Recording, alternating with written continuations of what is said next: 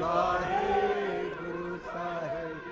ਸਤਨਾਮ ਸ੍ਰੀ ਵਾਹਿਗੁਰੂ ਸਾਹਿਬ ਜੀ। ਸਤਨਾਮ ਸ੍ਰੀ ਵਾਹਿਗੁਰੂ ਸਾਹਿਬ ਜੀ। ਸਤਨਾਮ ਸ੍ਰੀ ਵਾਹਿਗੁਰੂ ਸਾਹਿਬ ਜੀ। ਸਤਨਾਮ ਸ੍ਰੀ ਵਾਹਿਗੁਰੂ ਸਾਹਿਬ ਜੀ। ਸਤਨਾਮ ਸ੍ਰੀ ਵਾਹਿਗੁਰੂ ਸਾਹਿਬ ਜੀ। ਸਤਨਾਮ ਸ੍ਰੀ ਵਾਹਿਗੁਰੂ ਸਾਹਿਬ ਜੀ। ਸਤਨਾਮ ਸ੍ਰੀ ਵਾਹਿਗੁਰੂ ਸਾਹਿਬ ਜੀ।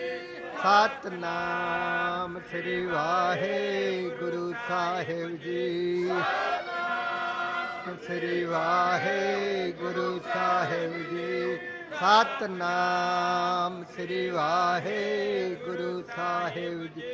ਵਾਹਿਗੁਰੂ ਜੀ ਕਾ ਖਾਲਸਾ, ਵਾਹਿਗੁਰੂ ਜੀ ਕੀ ਫਤਿਹ। ਕਟੀ ਸਜਣ ਸਚਾ ਪਾਤਸ਼ਾਹ ਸਿਰ ਸਾਹਾਂਦੇ,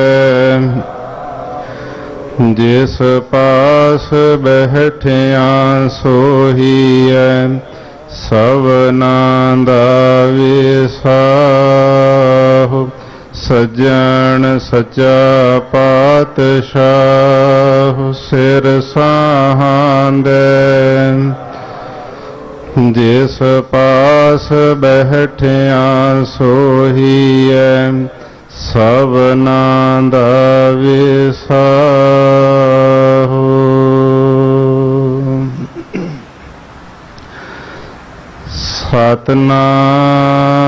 ਸਤਨਾਮ ਸ੍ਰੀ ਵਾਹਿਗੁਰੂ ਸਾਹਿਬ ਜੀ।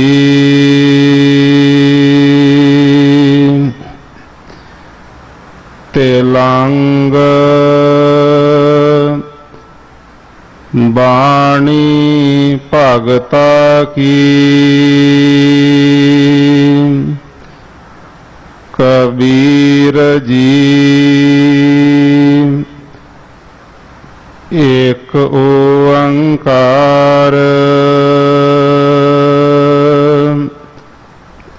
ਸਤਿਗੁਰ ਪ੍ਰਸਾਦ।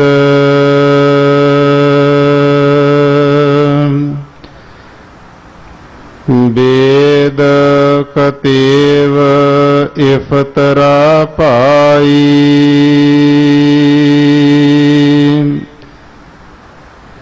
ਦਿਲ ਕਾ ਫਿਕਰ ਨਾ ਜਾਏ।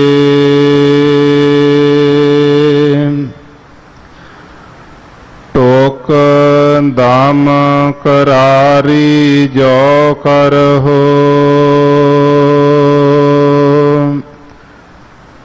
ਹਾਜ਼ਿਰ ਹਜੂਰ ਖੁਦਾਏ।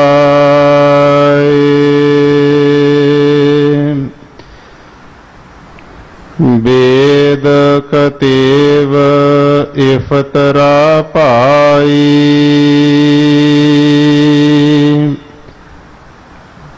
ਦਿਲ ਕਾ ਫਿਕਰ ਨਾ ਜਾਏ।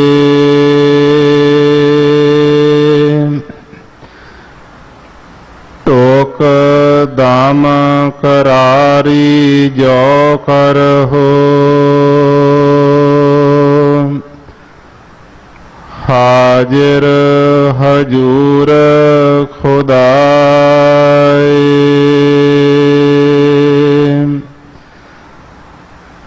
ਬੰਦੇ ਖੋਜ ਦਿਲ ਹਰ ਰੋਜ਼,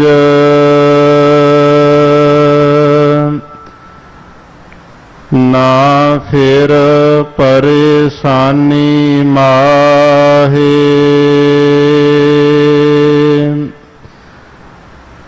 ਇਹ ਜੋ ਦੁਨੀਆ ਸਿਹਰ ਮੇਲਾ,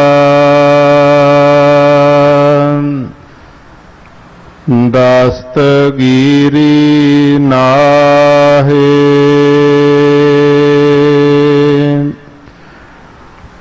ਰਹਾਉ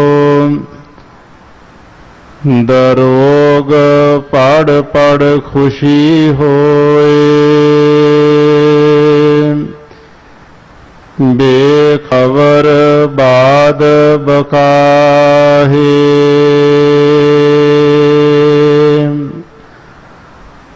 हक सच खालक खालक में आने, श्याम मूरत नाहे। असमान म्याने लहंग दरिया, गुसल करदन बूद।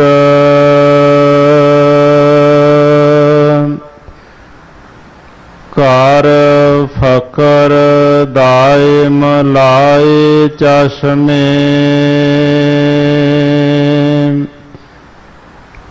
जह तहाँ मौजूद।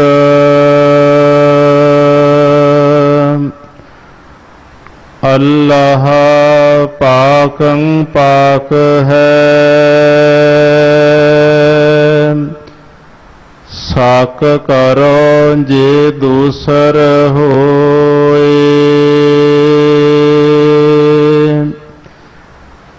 कबीर कर्म करीम का,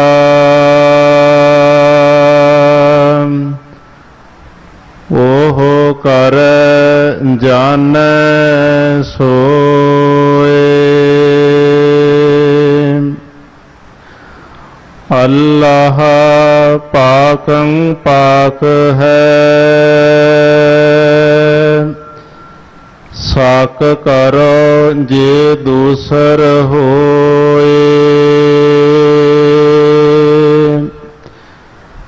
कबीर कर्म करीम का,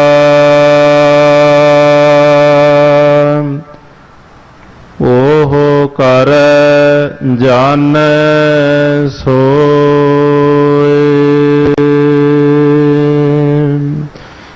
वाहिगुरु जी का खालसा, वाहिगुरु जी की फतेह। तेलंग बाणी भगता की, कबीर जी एक ओंकार सतगुर प्रसाद। वेद कतेव इफ्तरा भाई, दिल का फिक्र ना जाए।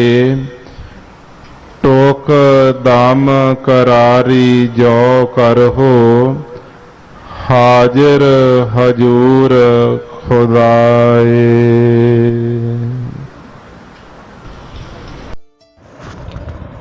हे भाई, वाद विवाद की खातर वेदां कतेबां दे हवाले दे दे के वध गल्लां करन नाल मनुख दे अपने दिल दा सहम दूर नहीं हुंदा। हे भाई, जे तुसी अपने मन नूं पलक भर भी टिकाओ तां तुहानूं सबना विच ही वसदा रब दिसेगा। किसी दे विरुद्ध तर्क करन दी लोड़ नहीं पैगी। हे भाई, अपने ही दिल नूं हर वेले खोज, बहस मुहासे दी घबराहट विच ना भटक। यह जगत एक जादू जिहा है, एक तमाशा जिहा है। इस विचों इस व्यर्थ वाद विवाद दी राहें हथ पल्ले पैण वाली कोई शै नहीं। रहाओ, बेसमझ लोग अनमता दे धर्म पुस्तकां बारे यह पढ़ के कि इन्हां विच जो लिखिया है झूठ है, खुश हो के बहस करते हैं, पर वो ये नहीं जानते कि सदा कायम रहने वाला रब खलकत विच भी वसदा है। ना वो वखरे सतवें आसमान ते बैठा है ते ना वो परमात्मा कृष्ण दी मूर्ति है।